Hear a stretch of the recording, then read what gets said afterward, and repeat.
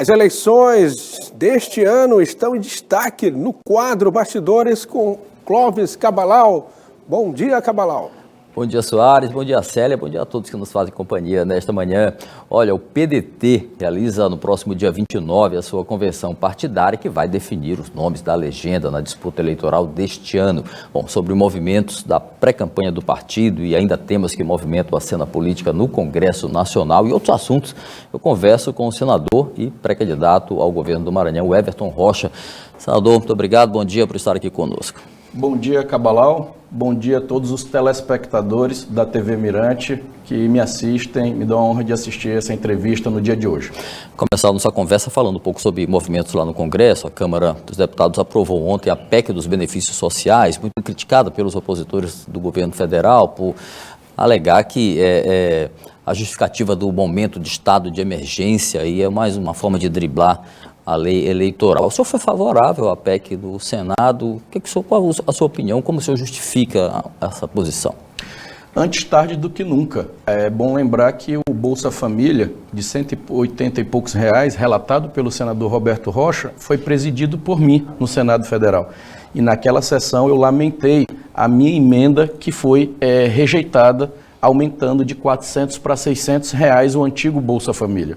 E agora, com esta PEC, vai para 600 reais. Então, o argumento que eu utilizei naquele momento de que, independente de política, nós precisamos urgente dar uma injeção lá na ponta, na distribuição melhor da renda no Brasil, principalmente para as pessoas que estão com problema de comida em casa, era urgente e necessário. Então, independente do período eleitoral, você aumentar, você fazer com que o dinheiro chegue lá na ponta para que as pessoas tenham o direito de pelo menos se alimentar o mínimo possível, porque você há de convir que 600 reais para dentro de uma família é praticamente insustentável você mantê-la. Então, nós temos hoje uma grande missão que é fazer com que esse país de verdade gere renda. Eu tenho sempre dito que o Maranhão, ele não é um estado pobre, ele é um estado empobrecido. Nós somos o 17º na economia, ou seja, existem concentrações de renda, que isso é importante. Agora você precisa também ter políticas que na ponta possa chegar o dinheiro para que as pessoas possam se manter. Senador, o senhor tem sido crítico a algumas ações do governo estadual, que é uma extensão do governo do ex-governador Flávio Dino. Mas o senhor até o último momento esperou ser o escolhido do grupo liderado pelo ex-governador Flávio Dino para ser o candidato desse grupo liderado por ele.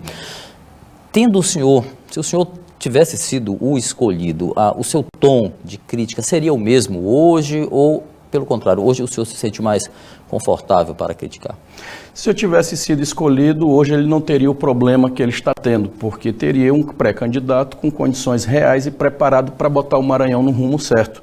Eu fiz parte de um grupo que prometeu ao povo do Maranhão melhorar a situação do nosso estado e fazer com que as coisas de verdade acontecessem, as políticas públicas de verdade pudessem dar o efeito na vida real das pessoas.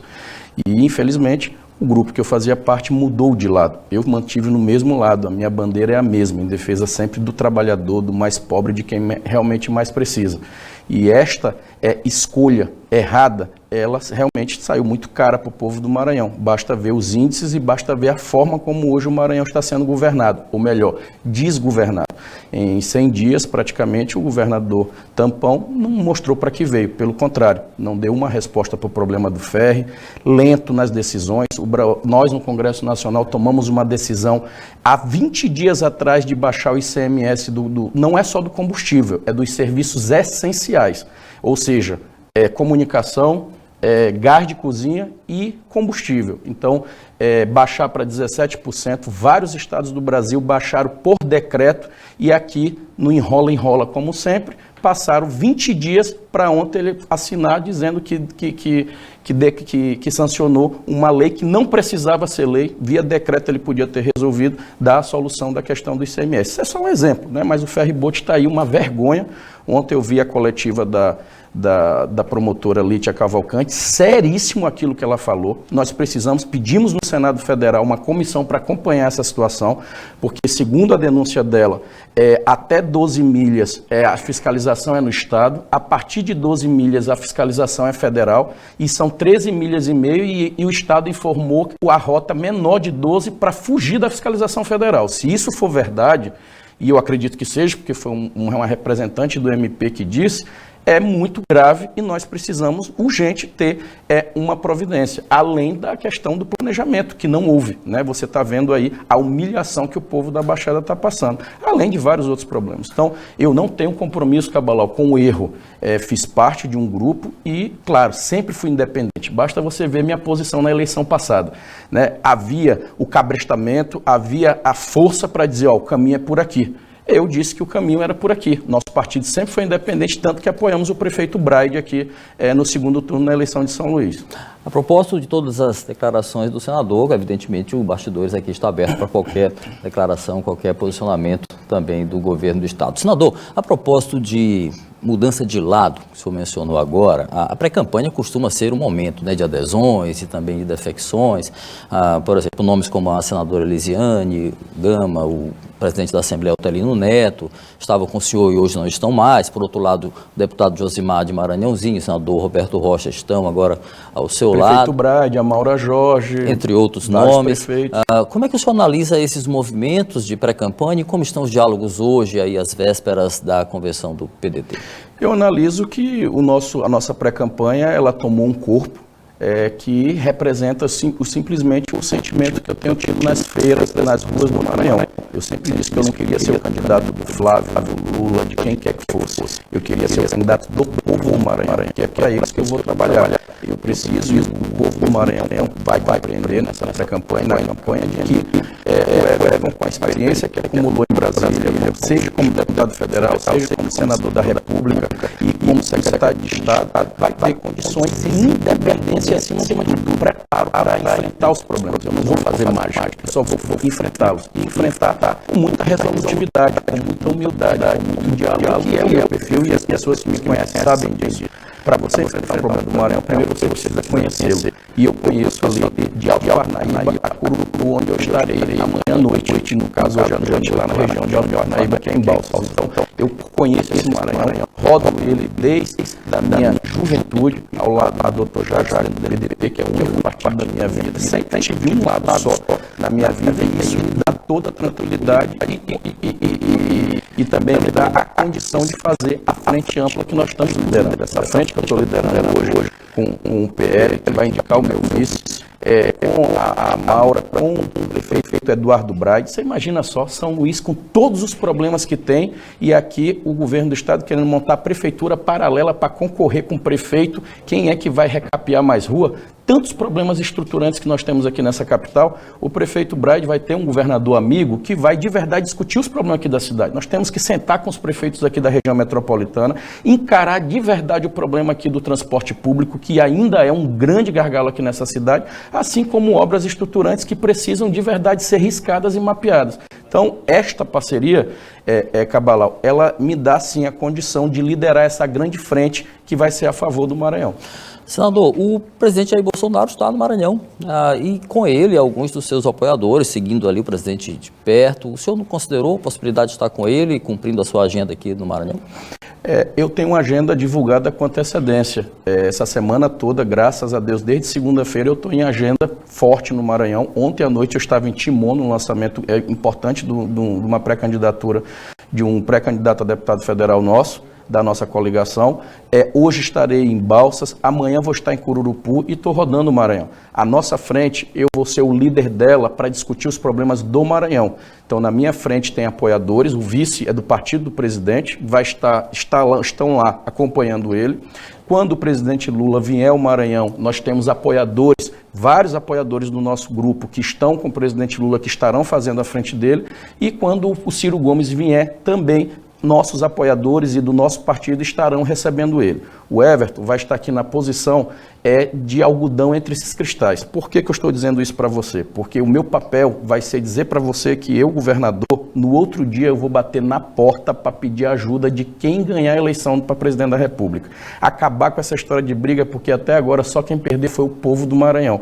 E esse tipo de briga não existe no Executivo. Nós temos que bater lá na porta para vir resolver o problema dessas estradas que estão horríveis, vergonhosas, não só as federais como as estaduais, como também vários problemas hoje que é preciso você dar as mãos com parceiros, não só com a iniciativa, com o poder público, no caso com a União, com a bancada federal, que eu vou estar de mãos dadas pedindo ajuda a eles, como também com a iniciativa privada. A iniciativa privada, Cabalal, ela precisa ser estimulada, ela precisa ter segurança jurídica, ela precisa ter um olhar para que eles não sejam criminalizados quando vierem aqui gerar emprego. Você tem a certeza que eu vou sentar e vou discutir de verdade essa questão dos impostos que são cobrados hoje. Essa história de pequeno pagar muito e grande pagar pouco, eu vou rever essa política e nós vamos de verdade tratar de forma séria para que outros grandes, outros pequenos possam para cá vir investir, participar e gerar emprego no nosso estado.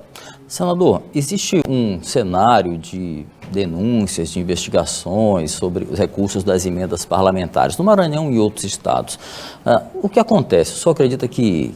Por que existe tanta desconfiança em relação a esses recursos que são destinados aos municípios? Existe falta de transparência? Qual é o seu posicionamento? Não existe tanta fiscalização como na última quadra, nos últimos 10 anos, que graças à legislação que foi modernizando, fortaleceu todos os órgãos de controle.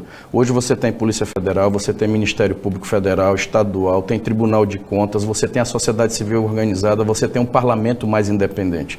Essa história de você criminalizar ação de emenda parlamentar para os municípios, isso é um grande erro, porque eles prestam conta das suas ações. E eu lhe digo, Cabalal, se hoje a saúde, se hoje vários serviços em municípios funcionam no Maranhão e no Brasil, é graças à bancada federal. Se não fosse a bancada federal, muitos deles estavam com portas fechadas. Eu lhe desafio, por exemplo, aqui, pegar uma equipe de TV agora e ir lá no Hospital do Estado, em Peritoró, que é macro-regional, ver o serviço que lá eles fazem, vai lá em Garapé Grande, no município do presidente da FAMEM, o Erlânio. Lá ele tem até fábrica de oxigênio, coisa que na pandemia aqui todo mundo estava agoniado atrás de oxigênio. Lá ele já tinha antes fábrica de oxigênio para uma cidade de 11 mil habitantes que atende toda a região. Então, de verdade, a ação que os municípios fazem, que os prefeitos fazem, ela é muito forte e eles são muito fiscalizados. Muitos dizem, você fica defendendo muito a classe política. Não é isso, é porque o prefeito está ali na ponta, ele de verdade sabe o problema que a cidade está vivendo, ele enfrenta todo dia as dificuldades e ele não pode ficar só no discurso, ele tem que ficar na prática. Você veja que, por exemplo, alguns críticos dessas emendas, no caso os alinhados ao Palácio dos Leões, veja as emendas que os deputados deles estão mandando para os seus municípios, veja o fundo a fundo do Estado, agora no apagar das luzes, municípios que nem posto de saúde tinham, o Estado mandou fundo a fundo de saúde para esses municípios. E então os municípios receberam esse dinheiro para fazer errado, eu não quero acreditar nisso, eu quero acreditar que eles receberam para começar a fazer alguma coisa certa. E é essa linha que eu vou adotar, porque eu não vou julgar político, quem julga é o povo e a justiça, e eles sabem o que fazem, até porque eles são fiscalizados. Senador, uma última pergunta para encerrar a nossa conversa. O PDT realiza a sua convenção no dia 29. O que o senhor pode adiantar de definições da convenção do partido? Eu queria convidar todos os simpatizantes filiados aos partidos que estão aí na nossa frente. Vai ser dia 29, sexta-feira, às 17 horas, no Estádio Municipal Neuzinho Santos. E também já adiantando aqui para todos os amantes do futebol, que vai ter logo em seguida, 2, 3 dias depois do jogo, que o gramado não vai ser danificado. Nós estamos trazendo aquela tecnologia que é utilizada em vários estados do Brasil, de proteção de gramado. Então, você coloca em 3 horas, se retira tudo novamente, então não vai ter nenhum tipo de danificação, o gramado não será danificado. Então vai ser 17 horas, sexta-feira, dia 29, agora daqui 2 semanas, a nossa grande convenção aqui no Estádio Municipal Neuzinho Santos. Então, cada canto desse Maranhão está convocado a organizar sua caravana e vir participar dessa grande festa democrática. E claro, lá eu vou reafirmar para todo o Maranhão que eu tenho dito na minha pré-campanha, que foguete não dá ré. Sobre chapa, pode adiantar? Está tudo já confirmado? O vice da minha chapa é o deputado estadual, 5 mandatos, da Baixada Maranhense, de Turiaçu, o Hélio Soares. Ele é do PL e representa todo o grupo PL que veio com mais de 40 prefeitos declarar apoio e participar diretamente da construção dessa vitória. O senador da nossa chapa, se ele coligar conosco, será o Roberto Rocha. Se ele não coligar, nós não iremos lançar senador, nós iremos apoiá-lo, seja ele na chapa do Laésio Bonfim ou do Edivaldo Holanda, que é esse o acordo que nós temos. Então, os três, o acordo que nós temos com esses partidos é que nós teremos um candidato apenas a senador, que é o Roberto Rocha, independente qual seja o partido que ele esteja coligado.